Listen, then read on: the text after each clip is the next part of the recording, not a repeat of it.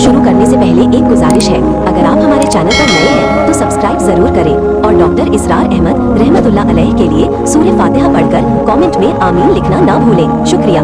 नमाज को कायम करो मेरी याद के लिए। ये जरिया जिक्र में वो तो है मुजस्सम जिक्र, और ये जरिया जिक्र में सबसे अहम है। ये अमली जिक्र भी हो रहा है और कौली भी हो रहा है। सूरह फातिहा पढ़ी आपने, कुरान शरीफ की कुछ आयत पढ़ी, फिर रुकू किया। ये रुकू जो है ये आपका अमली जिक्र है कि आपने अपने वजूद से अल्लाह की अज़मत को तस्लीम किया। फिर आप सजदे में गिरे, ये आपका अमली जिक्र है कि अपने वजूद से आपने अल्लाह की अज़मत को और तस्लीम किया। तीसरी चीज है मसनून दुआएं और मसनून अज़कार जो हुजूर से साबित हो। हमारे यहाँ क्या हो गया, मुझे फलां बुजुर्ग ने ये चीज बताई है, वो तो पढ़ते चले जा रहे हैं। न कुरान से दिलचस्पी, न अज़कार मसनूना से दिलचस्पी, अदइया मासूरा। आप गौर करेंगे कि जिंदगी के हर अमल के लिए हुजूर की दुआ मौजूद है। सुबह उठे दुआ है, आंख खुलते बैतुल खला में दाखिल होने लगे दुआ है, निकले दुआ है, वुजू करने बैठे दुआ है, फारिग हुए दुआ है, मस्जिद के लिए घर से निकले दुआ है, मस्जिद में दाखिल हुए दुआ है, मस्जिद में तो है ही जिक्र, नमाज है, तिलावत है, बाहर निकले दुआ है, घर में दाखिल होने लगे फिर दुआ है, सवारी पर सवार हो रहे हैं दुआ है, उतर रहे हैं दुआ है, शीशा देख रहे हैं दुआ है, कपड़े पहन रहे हैं दुआ। जिंदगी का कोई अमल नहीं यहां तक के जो ताल्लुक ज़नो शौ है, इसको कि खालिस हैवानी बात समझा जाएगा, उसके लिए भी दुआ है। गफलत में वो काम भी नहीं करता। समझ रहे आप? अब आप गौर कीजिए, इसमें कोई इजाफी वक्त नहीं लगा, कोई इजाफी पोस्टर इख्तियार नहीं किया, आपने यूं बैठो, इस तरह बैठो, यूं करो, कोई आपका वक्त इजाफी नहीं लगा। जो काम कर रहे हैं और आप अल्लाह को याद कर रहे हैं। वो अल्लाह की याद उस काम की मुनासिबत से है। इन हदिया मासूरा से दो ताल्लुक जुड़ गए इंसान के। दुआ किससे कर रहे हैं? अल्लाह से। जुड़ा के नहीं? और ये अल्फाज किसके हैं? मोहम्मद रसूलुल्लाह के। तो आपके दो ताल्लुक जुड़ गए। आप अपनी जी से घड़कर दुआ मांगेंगे तो पहला ताल्लुक हो जाएगा, दूसरा नहीं होगा। बेहतर से बेहतर दुआ मांग ले आप, लेकिन हुजूर से जो मासूर और मसनून अल्फाज जब आप जुबान से निकालते हैं तो आपका ताल्लुक अल्लाह से भी हुआ बजरिया दुआ, और वो अल्फाज जो कि हुजूर के हैं सल्लल्लाहु अलैहि वसल्लम तो हुजूर के साथ हुआ। ये तीसरा दर्जा है। चौथे दर्जे में मैं मानता हूं कि एक होती है खास किसी शख्स के अमराज की तशखीस करने के बाद तजवीज। कोई अगर तबीब है, माहिर है, तबीब रूहानी, वो आपको देखेगा तो अंदाजा लगाएगा कि आप में क्या कमी है, उसके मुताबिक आपको जिक्र बताएगा। भाई फला आयत का मुराकबा किया करो। किसी में बुज़दिली होती है, किसी में माल की मोहब्बत ज्यादा होती है, किसी में तवक्कुल की कमी है, किसी में शोहरत की ख्वाहिश है, नुमाया होने का जज्बा है, किसी में तकब्बुर है। सबका एक सा बरस तो नहीं होता ना। तो ये दर हकीकत अंधे की लाठी से नहीं चलने वाली बात, ये तो माहिर की काम का काम है कि वो तजवीज करे कि तुम्हारे लिए खास तौर पर जिक्र ये। दर हकीकत हमारे जो ये सिलसिले थे सलूक के, ये बड़े माहिर होते थे, ये लोग बड़े माहिर अतिब्बा थे। ये नफ्सात जो इल्म नफ्सियात है उसके हमारे सूफिया से बढ़कर कभी कोई आलिम गुजरा ही नहीं दुनिया में। फ्राइड क्या है और एडलर क्या है और यूंग क्या है, बच्चे हैं।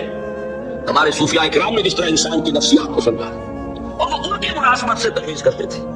लेकिन इसको रखा जाएगा चौथे नंबर पर। जैसे मौलाना अहमद अली साहब फरमाया करते भाई इस आयत का मुराकबा किया करो। मुराकबा क्या मानी? अब इन अल्फाज को भी हमने खामखा कुछ खास एक शक्ल दे दी। मुराकबा क्या? तवज्जो करना, ध्यान करना, खास उस आयत के ऊपर, उसके मानी पर अपने जहन को जमाना। वो क्यों है? ताकि आपके अंदर जो कमी है उसकी तलाफी इससे। लेकिन ये कहा आएगा चौथे नंबर पर। समझ गए? तो निफाक से बचने का जरिया, प्रिवेंशन क्या है निफाक से? दवाम जिक्र। न तुम्हें तुम्हारी औलाद, न तुम्हारे अमवाल, न तुम्हारी तिजारत, न कारोबार अल्लाह के जिक्र से गाफिल न कर सके। पंजाबी में कहते हैं कि हथ कारवल और दिल यारवल। काम कर रहे हैं आप, लेकिन यह कि दिल अल्लाह के साथ लगा हुआ है, जबान तर है अल्लाह की याद से। जो कुरान याद है, गाड़ी में आप बैठे जा रहे हैं, 2 घंटे आपको कार में लगाने हैं, कुरान शरीफ पढ़ते जाइए, इससे बड़ा जिक्र कोई नहीं। यह है प्रिवेंशन। अब अगर मर्ज हो जाए तो क्या? उसके लिए 2 चीजें जरूरी है। एक देखिए अजीब है ये, निफाक का इलाज इन्फाक से। सिर्फ एक अलिफ लगाना। इन्फाक के मानी और है। ये बना है किससे? नफक़त दराहिम, पैसे खत्म हो गए, मुक गए, या नफक़ल फरस, घोड़ा मर गया। तो माल को खपाना, लगाना अल्लाह की राह में, अगर दिल में निफाक की कोई आगाइश आई है तो इसका इजाला होगा इंफाक फी सबीलिल्लाह से। مال اللہ کی راہ میں دیجیے، صدقہ کیجیے، خیرات کیجیے، دیجیے، اللہ کے دین میں لگائیے، جتنا لگائیں گے نفاق دھل جائے، اس لیے کہ اصل سبب نفاق کا ہے حب دنیا، دنیا کی محبت، لہذا اس کا ازالہ ہوگا جو سب سے محبوب شے ہے مال، انہ لحب الخیر لشدید، مال محبوب ترین ہے کہ نہیں، لہذا اس کو اللہ کی راہ میں لگائیں گے تو وہ نفاق دھل جائے گا۔ اور ایک اور چیز ہے جو بہت اہم ہے، بہت ہی شعوری طور پر اس کا اہتمام کیجیے، جس وقت دین کے کسی فرض کی انسان کو سمجھ آ جائے، اس کا شعور پیدا ہو جائے، پھر ڈیلے نہ ہو، ذرا سا ڈیلے جو ہے اس پر عمل کرنے میں، یہ در حقیقت نفاق کو جڑ پکڑنے کا موقع دینا ہے۔ امیڈیٹ ایکشن، ایک بات سمجھ میں آ گئی، فوراً عمل کر۔ اس میں شیطان کیا کرتا ہے، ذرا ٹھہر جاؤ، ابھی دیکھو یہ فرض ہے، یہ ذمہ داریاں ہیں، یہ کرنا ہے، وہ پھر لگا دینا اپنے آپ کو۔ بہت سے لوگ کہتے ہیں بس ریٹائرمنٹ کے بعد تو سارا میں دین کے لیے وقف کر دوں گا۔ اب وہ تو خدا کے بندے تمہارے اندر رہ کیا جائے گا ریٹائرمنٹ کے بعد، سارا تو کھپ چکو گے، رہ کیا جائے گا۔ دوسرے یہ کہ یہ بھی جان لیجیے کہ کار دنیا کسے تمام نہ کر، ریٹائرمنٹ کے بعد کون فارغ ہو جاتا ہے؟ بیٹوں بیٹیوں سے فارغ ہوئے تو پوتے پوتیاں موجود ہیں، نواسی نواسیاں موجود ہیں، کبھی بھی وہ بوجھ ختم نہیں ہوتا زندگی کا۔ وہ تو یہ کہ آج بات سمجھ میں آئی ہے تو آج عمل ہونا چاہیے۔ قرآن مجید میں سورہ انعام میں بڑی شدید وعید آئی ہے، الفاظ ہیں یہ، وَنُقَلِّبُ أَفْئِدَتَهُمْ وَأَبْصَارَهُمْ كَمَا لَمْ يُؤْمِنُوا بِهِ أَوَّلَ مَرَّةٍ۔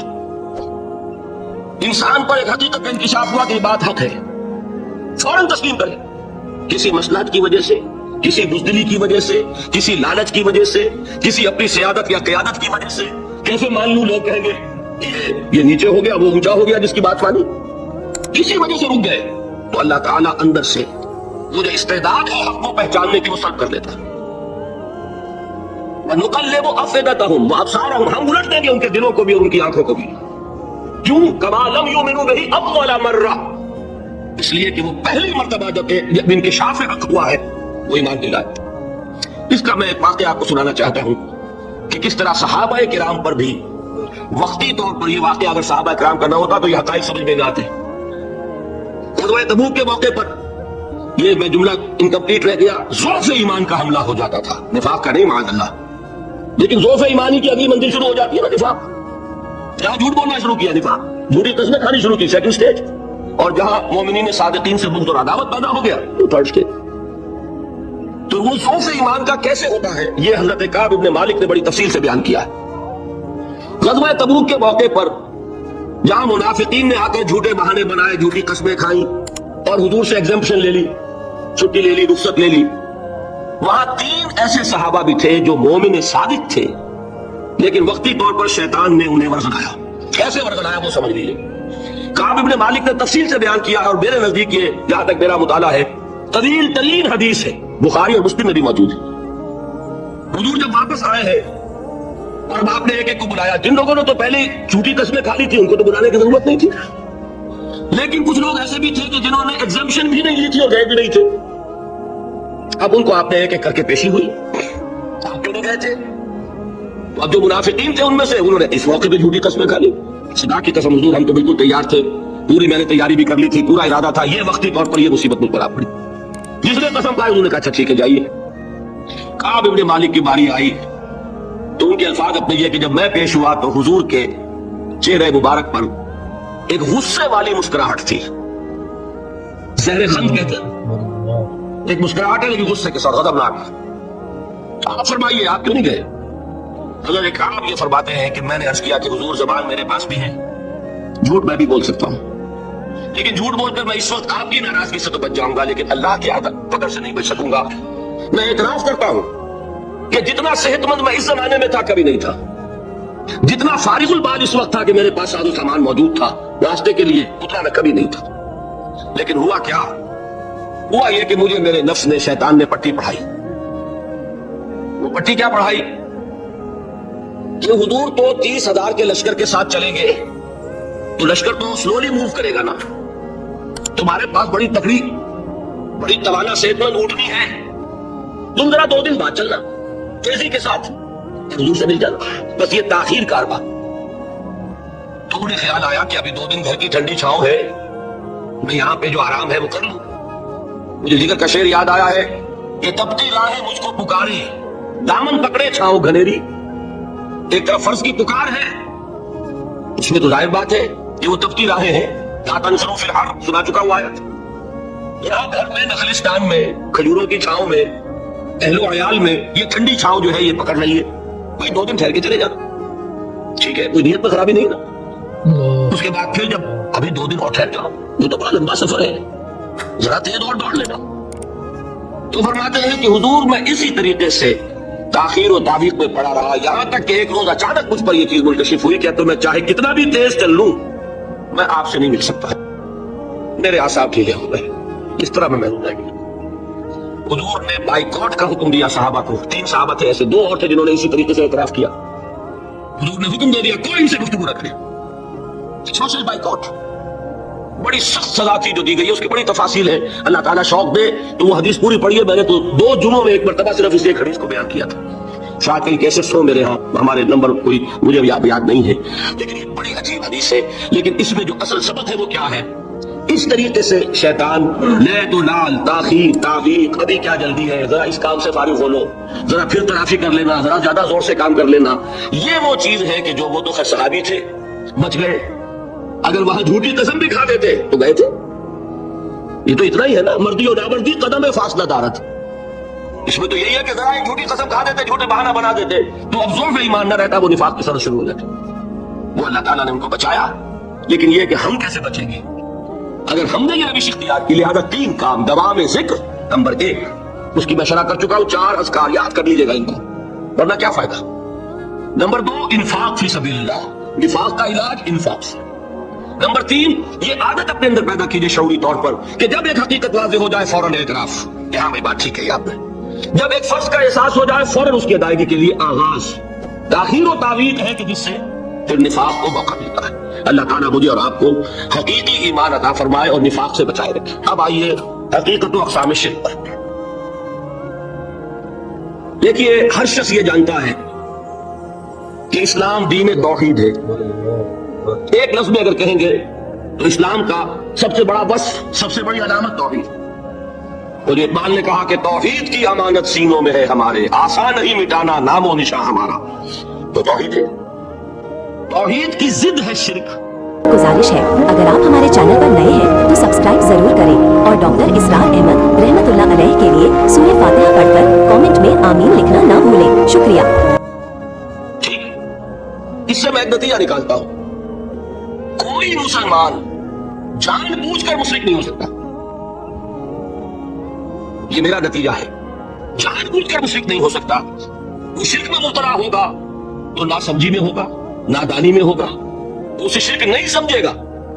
ये मुमकिन नहीं है कि कोई मुसलमान हो, गया से गया मुसलमान, गुजरा से गुजरा मुसलमान, घटिया से घटिया मुसलमान, लेकिन वो शिर्क को शिर्क समझते हुए उसमें आलूदा हो जाए। तो क्या समझ में नहीं आता कि शिर्क, तो जरूरत बहुत है कि हम ये पहचाने कि ये शिर्क है क्या। दूसरी बात ये जान लीजिए, हमारे दीन में नाकाबिले अफ़्व जुर्म कौन सा है? 2 मरतबा बयान फरमाया गया सूरह निसा में सिर्फ, इन्नल्लाह ला यग़फ़िरु अन युश्रक बिही व यग़फ़िरु मा दून ज़ालिका लिमन यशा। अल्लाह ताला इसे तो हरगिज़ नहीं बख्शेगा कि उसके साथ शिर्क किया जाए, हाँ उससे कमतर जिसको चाहेगा माफ फरमा देगा। नोट कर लीजिए, इसकी भी अंदर भी ओपन लाइसेंस नहीं है कि बकिया सारे गुनाह लाज़िमन माफ कर देगा, ये नहीं है। इससे तो आप में जुर्रत पैदा हो जाएगी, बाकी सब किए जाओ, ये नहीं।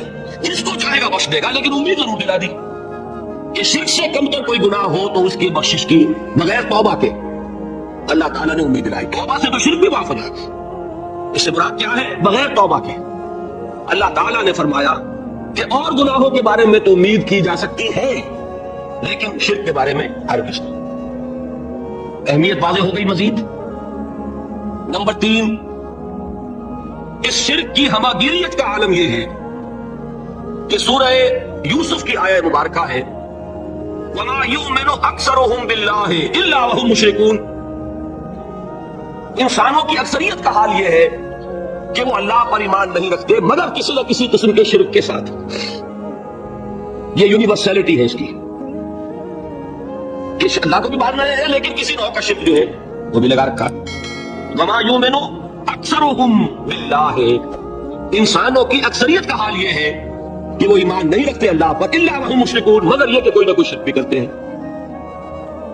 चौथी बात ये समझिए कि शिर्क हर दौर में भेष बदल कर आता है। ये जरूरी नहीं है कि शिर्क की जो किस्में आज से 200 बरस पहले थी सिर्फ वही आज भी रहे। हो सकता है कि बिल्कुल नई शक्लें इस शिर्क ने इख्तियार करी। इससे क्या नतीजा निकला कि अगर इज्तिहादी बसीरत नहीं होगी तो हो सकता है कि एक शख्स जो हमारे साबिक उलमा ने लिख दिया कि ये चीज शिर्क, ये चीज शिर्क, ये चीज शिर्क, ये चीज शिर्क, आज से 500 बरस पहले का इंसान बड़े से बड़ा आलिम दीन अपने जमाने के शिर्क को पहचान कर तो लिख सकता है, उससे तो आप बच रहे हैं। इमाम इब्न तैमिया ने इसको शिर्क करार दिया, इसको शिर्क करार दिया, इसको शिर्क करार दिया, कोई शख्स है जो उससे तो बच गया। इमाम साहब की दी हुई बसीरत से उसने उन जो अक़साम है शिर्क की उनको पहचान लिया, लेकिन यह ऐन मुमकिन है कि आज के शिर्क को वो ना पहचान रहा हो। अपनी जगह वो समझ रहा हो अपने आप को बहुत बड़ा मुवहिद, जबकि इस दौर का जो शिर्क है उसमें मुलव्विस है। इसको मैंने कहा है कि शिर्क के बारे में बड़ी इज्तिहादी बसीरत की जरूरत है। फारसी का एक शेर है, बड़ा प्यारा शेर है, हर रंगे के खाही जामा भी पोश मन अंदाजे कदत रामी शनासब। अपने महबूब से कह रहा है शायर कि तुम जिस तरह का चाहो लिबादा ओढ़ लो, मैं तुम्हें तुम्हारे कद से पहचान लूंगा।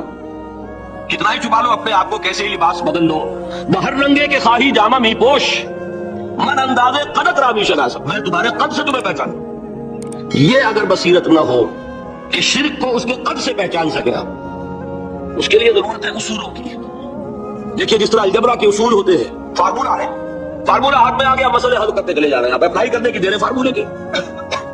अगर आपने सिर्फ गिनती करके किसी जमाने के शिर्क वो तो समझ लिए, लेकिन वो बसीरत बातनी हासिल नहीं हुई, इज्तिहादी बसीरत, वो उसूल हाथ में नहीं आए कि जिससे आप पहचान सकें, तो हो सकता है कि इस दौर के शिर्क को आप न पहचान सकें। उसके लिए जरूरत है कि असल उसूल हाथ में आ जाए ताकि उसूलों पे अप्लाई करें। एक बात मुझसे और सुन लीजिए, मेरा अपना ये तासुर है, हमारे दीन में खैर, भलाई, नेकी, चाहे वो नजरिए की हो, इल्म की हो, अकीदे की हो, अमल की हो, अखलाक की हो, वो सब क्या है? वो तौहीद ही के शजर तैयबा की शाखे। और शर, बुराई, गुमराही, ख्यालात की हो, नजरियात की हो, इल्म की हो, अकीदे की हो, अमल की हो, अखलाक की हो, सबके डांडे शिर्क के शजर खबीसा से मिलते हैं। उस शजर खबीसा के बरगुबार है जो भी बुराई है, अमल की या इल्म की, और उस शजर तैयबा के बरगुबार है जो भी खूबी है, अमल की या अकीद। ये मेरा तासुर है, और जब तक इस अंदाज में वो आपको अंदरूनी रिश्ते ज़ाहिर नहीं होंगे, आप पर मुनकशिफ नहीं होंगे, वो इज्तिहादी बसीरत जो है पैदा नहीं हो सकेगी। अब आइए एक और बात, देखिए शिर्क में और इल्हाद में क्या फर्क है, ये भी हम नहीं समझते। इल्हाद, मादा परस्ती, वो क्या है? एथीइज्म, किसी भी खुदा का इनकार। हमारे आज के दौर की सबसे बड़ी गुमराही है। शिर्क क्या है? खुदाई को मानना। ये क्या है? थीइज्म है, लेकिन पॉलीथीइज्म है। तौहीद क्या है? मोनोथीइज्म है, एक खुदा का मानना। लेकिन शिर्क के अंदर एक और हकीकत को पहचान लीजिए, शिर्क में हमेशा टॉप पर एक खुदा को मानते हैं, बाकी सारे खुदा नीचे होते हैं, ऊपर जाकर वो तौहीद होगी हमेशा। कोई मुशरिकाना निजाम ऐसा नहीं है जो टॉप पर जाकर तौहीद न बन जाए। देखिए हिंदू देवियां देवता बेशुमार, लेकिन महादेव वो भी क्या दो है?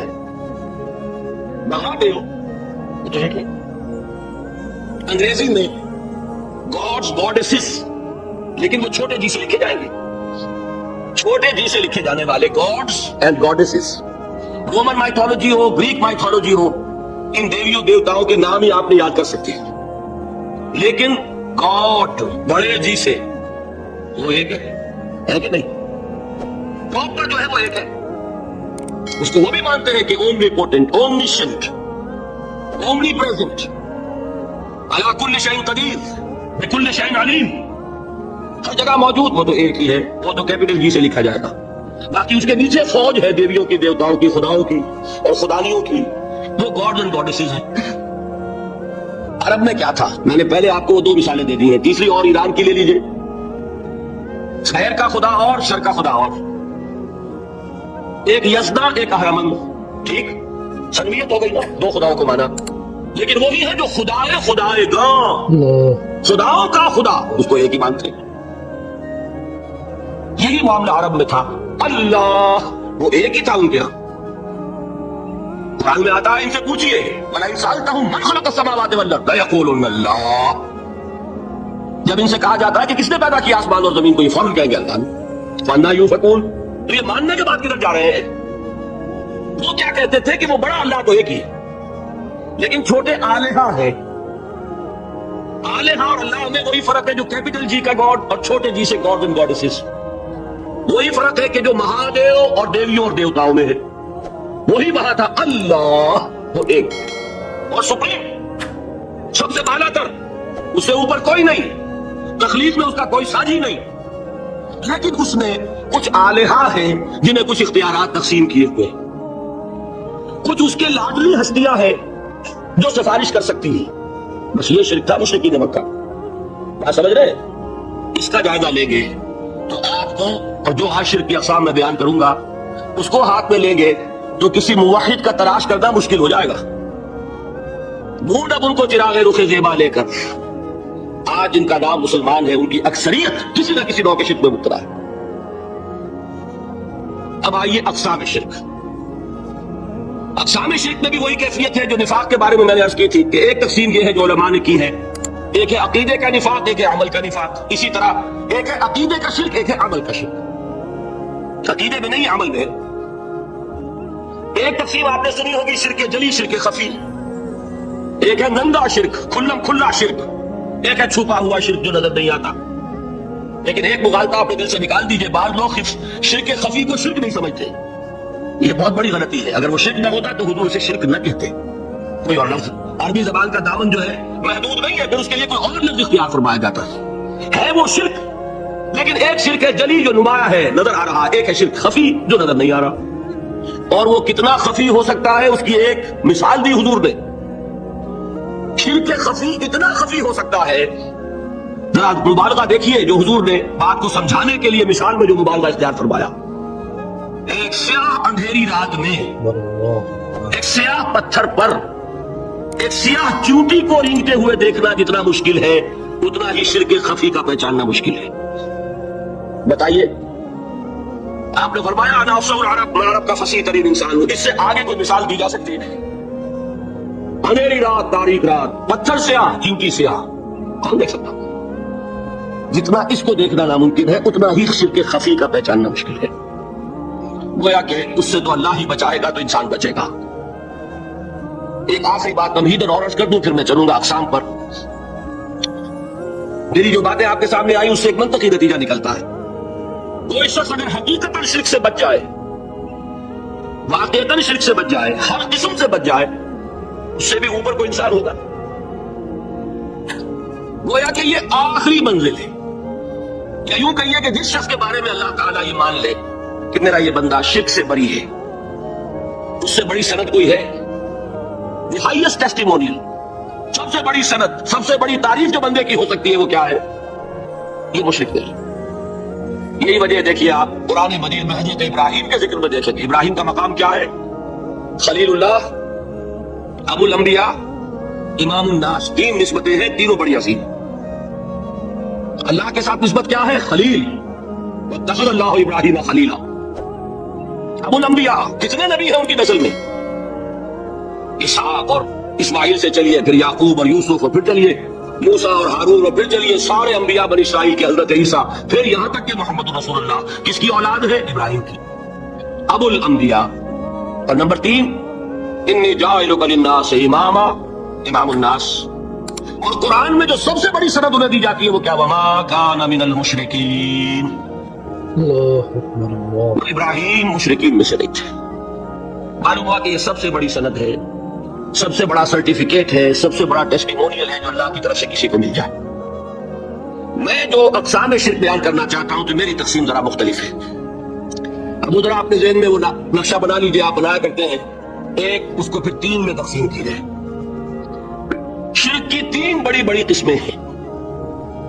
شرک فی الذات نمبر 1، شرک فی الصفات نمبر 2، शिर्क फिल हुकूक नंबर 3। और ये मैं अर्ज कर दूं आपसे पहले ही, ये मजमून बहुत तवील है, मैं आज सिर्फ ये करूंगा कि खाका मुकम्मल कर दूं।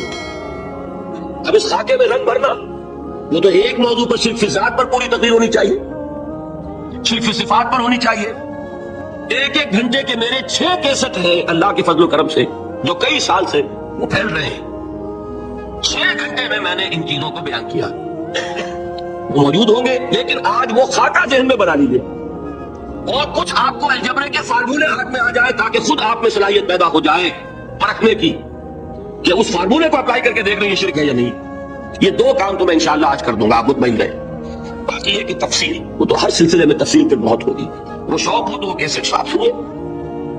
तो 3 तकसीमें हो गई शिर्क फिल ज़ात, अल्लाह की जात में किसी को शरीक कर देना।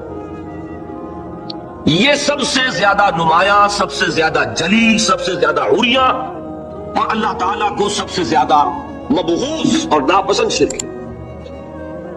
शिर्क फिल सिफात नंबर 2, ये एक इल्मी मसला है जिसमें आदमी ठोकर खा जाता है अगर मोहतात ना हो। बड़े से बड़े आदमी को ठोकर लग जाएगी, उसका मैं फार्मूला सिर्फ आपको दूंगा, वो ज़हन में रख लीजिए, फिर जहां चाहे अप्लाई कीजिए, इंशाअल्लाह ताला आपको ठोकर नहीं लगेगी। शिर्क फिल हुकूक, इसी का दूसरा नाम शिर्क फिल इबादत है। अल्लाह का हक क्या है बंदे पर? बंदा अल्लाह की इबादत, लेकिन उसको 5 उसके मजहर है, उनमें गिनकर बता दूंगा कि ये शिर्क फिल इबादत है। शिर्क फिल इबादत की अक्सर शक्लें वो है कि जो अमली शिर्क उलमा जिसे कहते हैं, और इसकी शक्लें वो हो जाएंगी जिनको शिर्क खफी कहते हैं। तो सबसे जली शिर्क फिल ज़ात, सबसे खफी शिर्क फिल हुकूक, ये शिर्क फिल इबादत है। दरमियान में एक इल्मी एतबार से मसला है शिर्क फिल सिफात का। अब आइए सबसे पहले शिर्क फिल ज़ात, इसकी 2 किस्में, अब इसको तकसीम कीजिए 2 में। एक किस्म जो ज्यादा जली है, ज्यादा उरिया है, ज्यादा नंगी है, ये अजब सितम ज़रीफी है तारीख की कि वो उन कौमों में पैदा हुई जो अपना ताल्लुक रसूलों से जोड़ती है। क्या कि किसी को खुदा का बेटा बना देना, बेटी बना देना। अब जाहिर बात है, बेटा बेटी बना देना बिल्कुल हम पल्ला कर दिया कि नहीं, नॉर्म वही हो गई कि नहीं? देखिए गौर कीजिए, गधे का बेटा गधा होगा, घोड़े का घोड़ा होगा, खुदा का खुदा होगा। इंसानों में आ जाइए, सैयद का बेटा सैयद होगा, मुगल का बेटा मुगल होगा। ये बिल्कुल हम कुफू बना देने वाली बात है, बिल्कुल हम पल्ला, हम जिन्स, हम नौ। ये बदतरीन शिर्क है। और आपको मालूम है ये शिर्क किन में पैदा हुआ? यहूद के एक ग्रोह में पैदा हुआ जिन्होंने हजरत उज़ैर को खुदा का बेटा करार दिया। यहूद उज़ैर इब्नुल्लाह। सबसे ज्यादा पैदा हुआ ईसाइयों में जिन्होंने हजरत मसीह को खुदा का बेटा करार दिया। और वाकया यह है कि इस गुमराही में उनसे आगे कोई नहीं जा सकता। इन बदबख्तों ने यहां तक सराहत की है कि मसीह खुदा का सुलभी बेटा है। इसलिए कि 2 लफ्ज आते हैं, एक होता है इब्न, एक है वलद। इनमें जरा फर्क है। इब्न का लफ्ज अरबी जबान में किसी और सेंस में भी इस्तेमाल होता है। इब्न सबील किसे कहते हैं? मुसाफिर को। तो क्या वो मुसाफिर और क्या वो रस्ते का बेटा होता है, सबील का बेटा? इब्नुल वक्त किसे कहते हैं? अपॉर्चुनिस्ट। इब्नुल वक्त कोई उसूल नहीं। गंगा गए तो गंगा राम और जमुना आए तो जमुना दास। ये क्या है? इब्नुल वक्त। लेकिन इब्न के मानी जो है वो बेटे के भी है, तो तावील हो सकती है। लेकिन इन्होंने वलद कहा है। वलद किसे कहते हैं? सुलभी बेटे। ये बदतरीन शिर्क है। यही वजह है कि कुरान मजीद में आप देखेंगे कि जितना गजब अल्लाह का इन पर भड़का है इस अकीदे पर,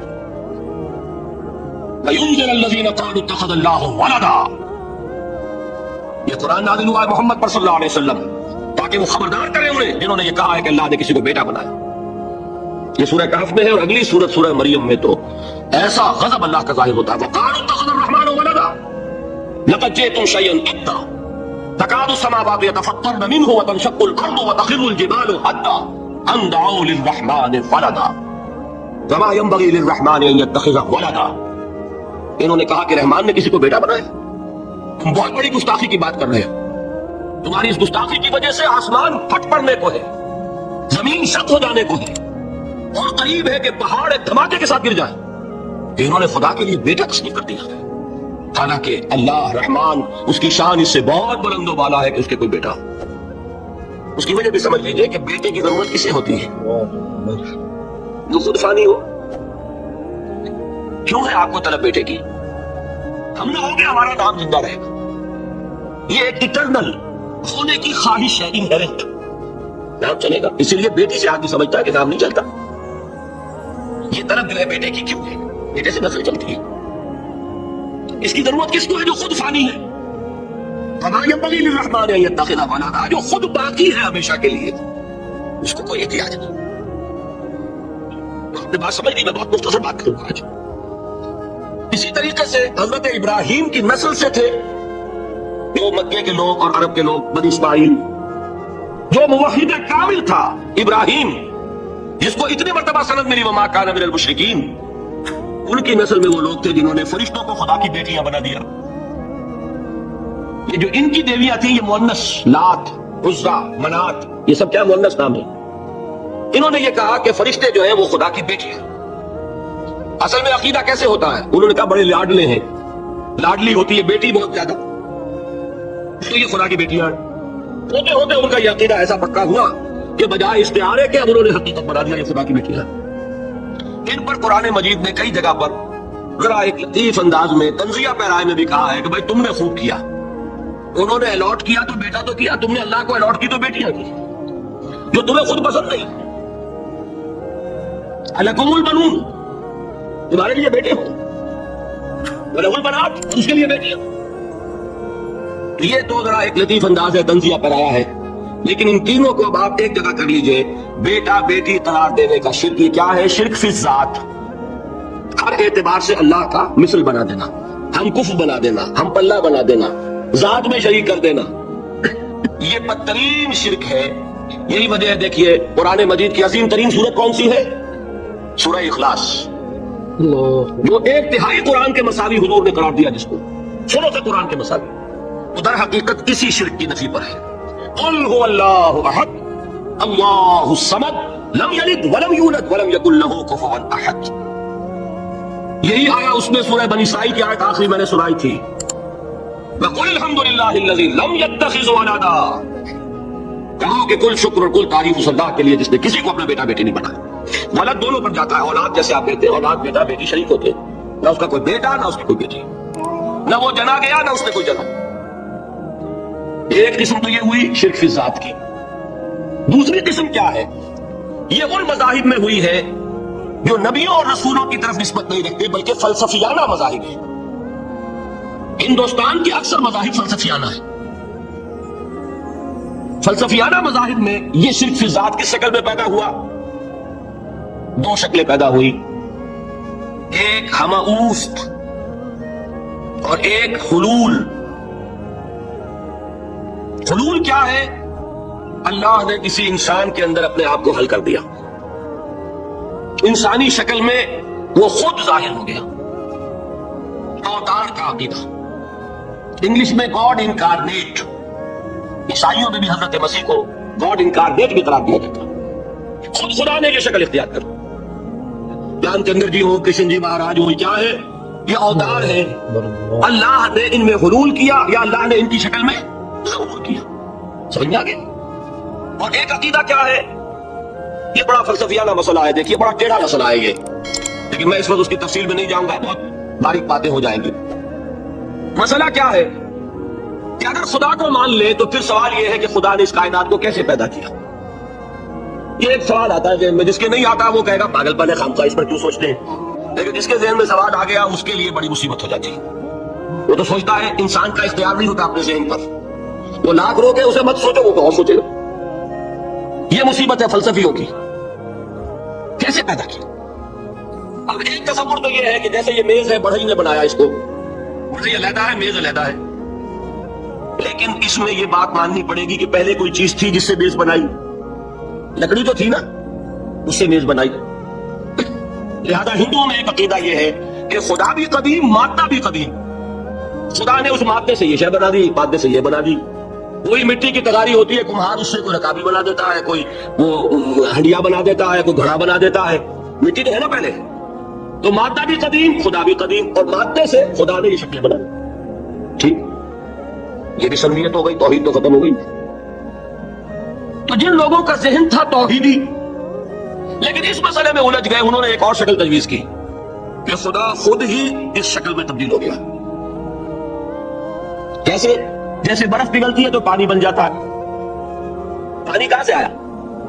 बर्फ से। अब कोई पूछे बर्फ कहां है, भाई यही पानी है, यही बर्फ है या नहीं? उसी पानी को आग के ऊपर आपने रख दिया, वो भाप बन गई। अब आप कहें बर्फ कहां है, पानी कहां है? यही भाप जो है, यही दरअसल पानी है, यही भाप जो है, यही बर्फ है। ये है वो हवा, वो पैंथीइज्म जिसको अंग्रेजी में कहते हैं, कि खुद खुदा ने रूप धार लिया इस कायनात का। ये दो फलसफे हैं। क्या है ये? बदतरीन शिर्क है। अगर आपको हमारी वीडियो अच्छी लगी हो तो हमारे चैनल को सब्सक्राइब जरूर करें। डॉक्टर इसरार अहमद रहमतुल्लाह अलैह की वफात के लिए सूरह फातिहा पढ़कर कमेंट में आमीन लिखें। शुक्रिया।